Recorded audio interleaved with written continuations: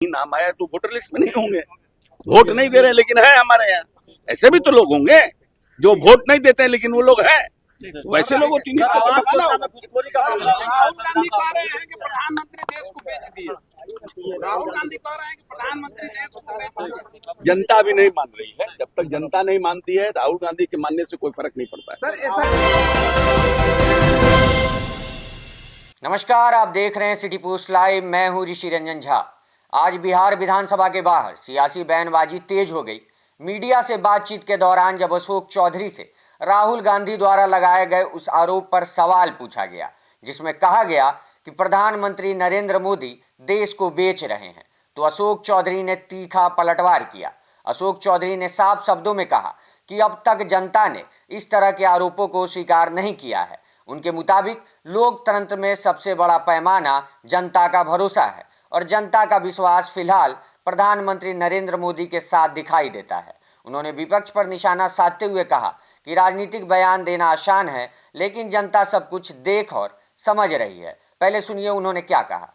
चिराग पासवान ने एक इंटरव्यू में कहा कि शराबबंदी की समीक्षा होनी चाहिए। जीतन राम मांझी भी शराबबंदी पर बोल रहे हैं, आरएलएम भी बोल रही है शराबबंदी पर। तो आप लोग का क्या स्टैंड है? सरकार कुछ नहीं, अभी सरकार के पास ऐसी कोई मतलब लोग बोल रहे हैं अपने अपने तरीके से मीडिया और प्रेस के माध्यम से, लेकिन अभी कोई ऐसा कोई सीरियस थॉट सरकार के पास अभी तत्काल कोई लंबित नहीं है। लेकिन कह रहे हैं कि शराबबंदी सिर्फ एक बड़ा कानून बनाने से नहीं होगा, जनता के बीच जाना होगा। नहीं, जनता के बीच शराबबंदी के खिलाफ में तो नशा मुक्ति के खिलाफ में अवेयरनेस प्रोग्राम चला है, जीविका दीदियों ने कहा है, स्कूल के माध्यम से हुआ है। ऐसा नहीं है, विभिन्न कार्यक्रमों की जागरूकता चली है, लेकिन ये तो सतत चलने वाला प्रयास है ना। पे जो लाठीचार्ज हुआ है उसको लेके भी चिराग पासवान ने सवाल उठाया है। मिलेंगे मुख्यमंत्री जी से, कह रहे हैं नहीं ठीक है, चौकीदारी करते हैं उनके साथ, उनके जो मांग है उनको। नहीं देखिए, ऐसा है ना कि ये कोई सरकार की कभी कोई नियत नहीं होती, क्योंकि एंड ऑफ द डे हमको सबसे वोट मांगने के लिए जाना पड़ता है।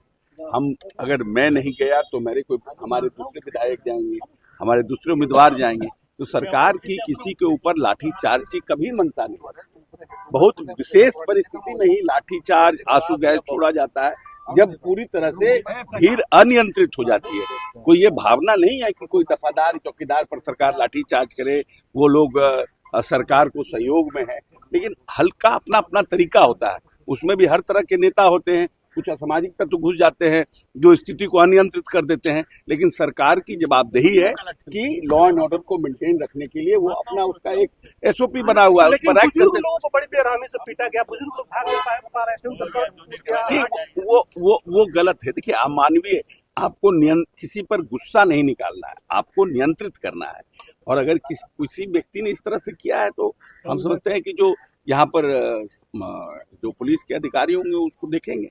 मुसहर समाज के लोग प्रदर्शन कर रहे हैं, उनके घरों को तोड़ दिया गया है। जो लोग पटना में प्रदर्शन कर रहे हैं, जमीन की मांग कर रहे हैं सरकार से। सरकार ने वादा किया था जमीन देने का।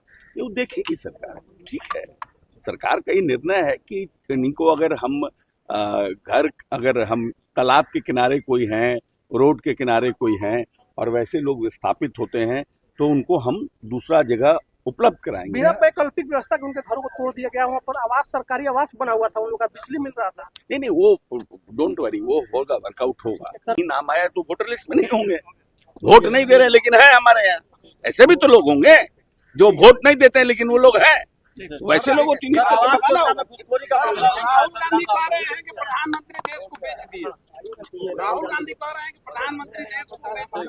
जनता भी नहीं मान रही है। जब तक जनता नहीं मानती है राहुल गांधी के मानने से कोई फर्क नहीं पड़ता है। सर, एसआईआर को लेके छत्तीसगढ़ और उड़ीसा से अधिकारी विशेष नियुक्त किए गए हैं पश्चिम बंगाल में।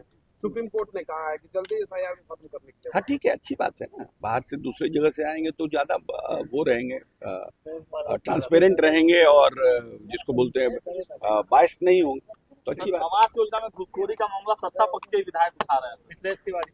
नहीं देखिए, कहीं कहीं कुछ देखिए, हर जगह दुष्ट लोगों की कमी नहीं है।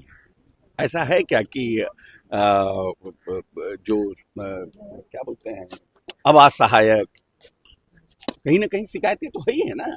लेकिन है कि अब ये कहना कि एकदम ही नहीं है, ये भी उचित नहीं है। हमारे विभाग में ही देखिए, इंजीनियर ऐसा थोड़ी है कि एकदम सब कुछ सत्य है, एकदम हरिश्चंद्र है। कुछ लोग गड़बड़ी करते हैं, जो लोग गड़बड़ी करते हैं नपाते हैं। कार्रवाई होगी। बिल्कुल काहे नहीं कर रहे। अगर कार्रवाई नहीं होती है तब परेशानी है, लेकिन जो लोग चिन्हित हो जाते हैं और उस पर उनको प्रोटेक्ट किया जाता है, नीतीश जी की सरकार में ये संभव नहीं है, तो अच्छी बात है ना। जैसे मान लीजिए कि जो बॉर्डर हमारा है, हमारा बॉर्डर नेपाल से है, हमारा बॉर्डर बांग्लादेश से है, जिस पर अभी आ रहे हैं अमित शाह जी। नेपाल से हमारे यहाँ ड्रग, फेक करेंसी, ये सब की शिकायतें हैं, क्योंकि वो ओपन बॉर्डर है तो वहाँ से हमारा उस पर है, तो वो उस पर रिव्यू करेंगे मेरे समझ से। और दूसरा जो रिव्यू उनका है बांग्लादेश से है, कि बांग्लादेश से बहुत से घुसपैठिए हमारे सीमांचल में आए हैं। अगर आप वोटर लिस्ट और आधार कार्ड का मैच करिएगा किशनगंज, सिर्फ किशनगंज के इलाकों में, तो आपको मेजर डिफरेंसेस मिलेगा कि आधार कार्ड की संख्या और वोटर लिस्ट। आधार कार्ड हमारे यहाँ सबसे ज्यादा किशनगंज में।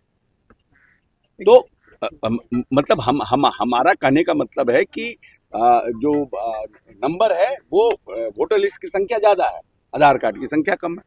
तो हम अगर बिहार में, अगर हमारे भारत में हम अपने जो हमारे घर के मुसलमान हैं, हमारे पास जो भी हमारे पास हिंदुस्तान का स्ट्रेंथ है, जो हमारे पास रिसोर्सेज हैं, वो हम अगर हमको एक्सपेंड करना पड़ेगा तो हम अपने घर में करेंगे ना, अपने लोगों के लिए करेंगे ना।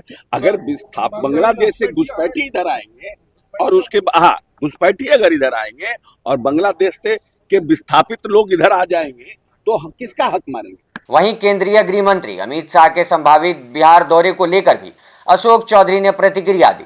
उन्होंने कहा कि अमित शाह का दौरा संगठन को मजबूत देने और आगामी चुनाव की रणनीति तय करने के लिहाज से महत्वपूर्ण है। चौधरी ने यह भी संकेत दिया कि भाजपा और उसके सहयोगी बिहार में पूरी ताकत के साथ मैदान में उतरने की तैयारी कर रहे हैं। तो कुल मिलाकर विधानसभा के बाहर हुई इस बयानबाजी ने बिहार की राजनीति का तापमान एक बार फिर बढ़ा दिया है। अब देखने वाली बात होगी कि इन आरोप प्रत्यारोप का असर आगामी राजनीतिक समीकरणों पर कितना असर डालती है। फिलहाल के लिए इतना ही। देखते रहिए सिटी पोस्ट लाइव। धन्यवाद।